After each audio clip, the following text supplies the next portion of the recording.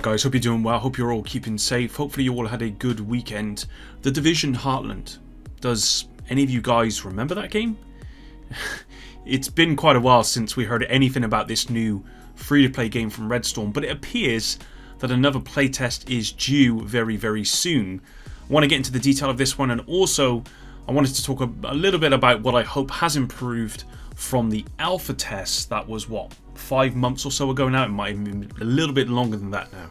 Drop a like and subscribe to stay up to date with all my videos, and let's begin. Tell you what, it feels pretty good to be able to talk about the Division Heartlands, because it's been like I said, 5 months since the closed alpha went live and leaked onto the internet. From what I saw, it looked like a game that I'm going to enjoy, even if I'm not kind of the battle royale type of player. It's got some elements that are unique to the battle royale genre, like the random contamination area that seems to move with the wind. Can't say I've seen that before. It's got survival elements to it as well, which is something I really enjoy. Games like DayZ, for example, are some of my favourite, and obviously survival from the Division 1 is my favourite game mode in the Division franchise.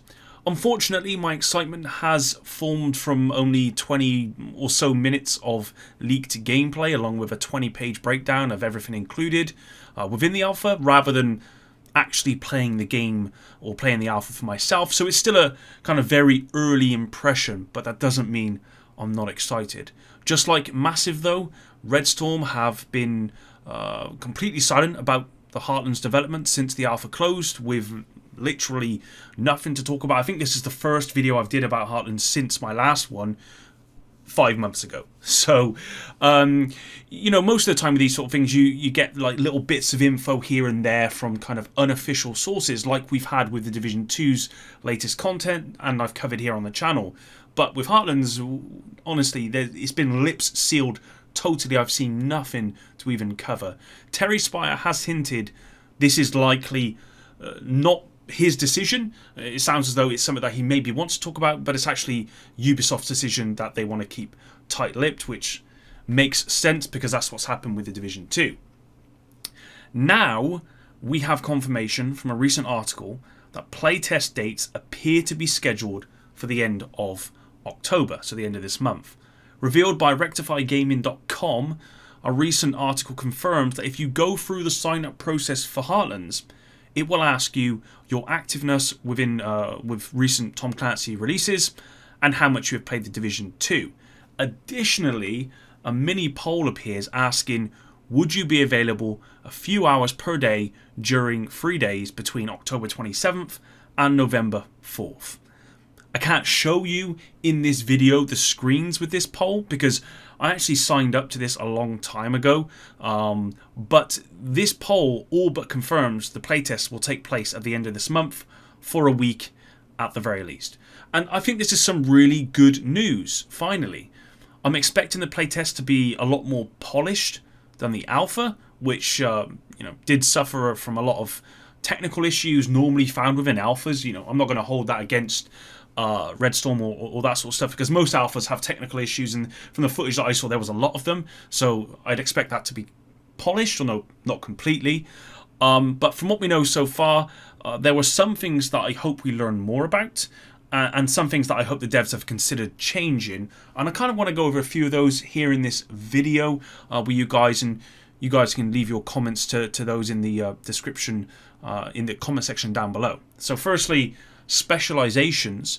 So in the alpha there were 3 specializations. There was shooter, medic and survivalist. Each have their own kind of unique things that they can do, and they have their own leveling system. I didn't really get to see anything to do with their leveling system. I don't know how it really works. I don't know what you get or what you don't get, so there's nothing really about that.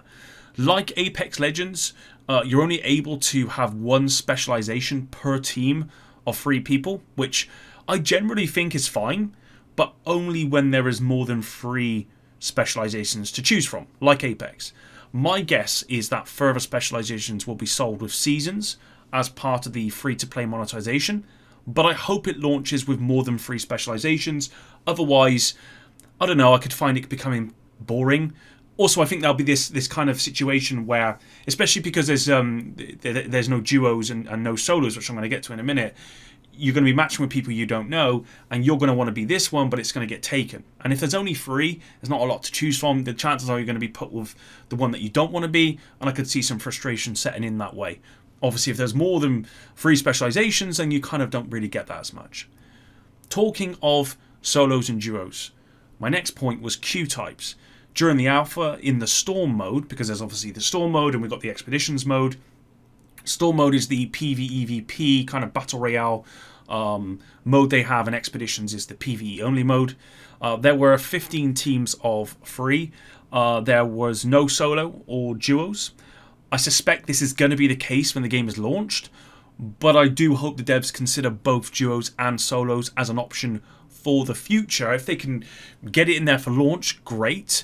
I know that many people would prefer to play on their own, or perhaps with maybe one other person, rather than having to matchmake into a group of 3. I don't think it's a big issue, because even myself, who generally likes playing solo on most games, didn't find it all that much of a problem when I played on Apex in groups of 3. That wasn't a problem for me. But when there was, I believe they did have a solos and a duos queue in Apex at one point, and I just jumped straight in the solos, and I just had more fun with that. So if they can give us that as an option, if that's something they've considered, then brilliant.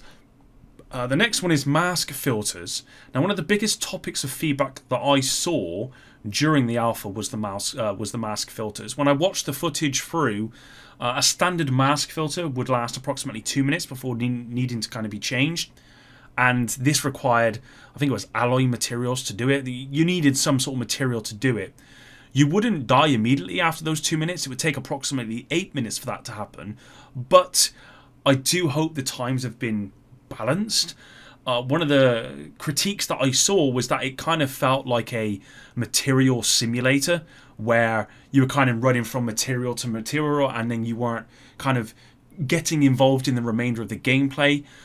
In Survival in the Division 2, it was kind of a little bit different because everything was fairly close and kind of cramped. But the map for Heartlands looks a lot more vast. There's a lot more kind of wide open areas and other terrains and stuff. So I hope it doesn't become a running from material to material, and I hope that they've considered the times between those, where most of the time you don't really want to be doing that, do you? You don't want to be material farming. It's part of the game, but you don't want to have to consider your mask all of the time. You want it to be doing and getting involved in the remainder of the game. So let's hope they've looked at that. And then the Battle Pass. We don't know hardly anything about the Battle Pass. We don't know this is obviously one of the ways that they intend to monetize the game. We had a glimpse at the store within the alpha, which included chest piece skins, masks, was melee weapon skins and other stuff. The Battle Pass rewards that we did see, very briefly, included credits, which could be used to purchase stuff from the store. I don't know if it can be used for other things. There were skins as well. And that was really about it. When we only got a glimpse of the first 10 levels, and of course, these are all subject to change. When I did have a quick look back at the Battle Pass just for this video, the first level and the 10th level included 2 images of what looks to be locations. So it's possible the pass might include map-related content. I'm not sure about that. I hope it doesn't. I hope it doesn't have stuff like that tied to the Battle Pass. But it's entirely possible. We don't know anything really more about the Battle Pass. We don't know what it's going to offer totally. We don't know the price of it. But seeing as it's going to be a big part of the game, I'm hoping the new playtest might reveal a bit more. I don't think it will, if I'm being honest. I think it will just have the 10 levels again. But we'll have to wait and find out. Of course, the playtest is going to be under NDA. I'm sure of that. But as with most games now, expect footage to pop up here and there. And of course, if it does, then I'll be on it. That's it today though, guys. As I said in my last video, seeing some Division on my timeline for the first time in a number of months makes me really happy. If we take the Ubisoft timeline graphic of the Division universe as gospel, I think this playtest might be the last one before Heartland is officially given a release date. And I won't be surprised if it's set to come out around the same time as the Division 2's new content, maybe a little bit before. I'm expecting to hear more about the Division 2 news content towards the end of this month and into the next month as well. Thanks for watching. And until the next one, Epic out.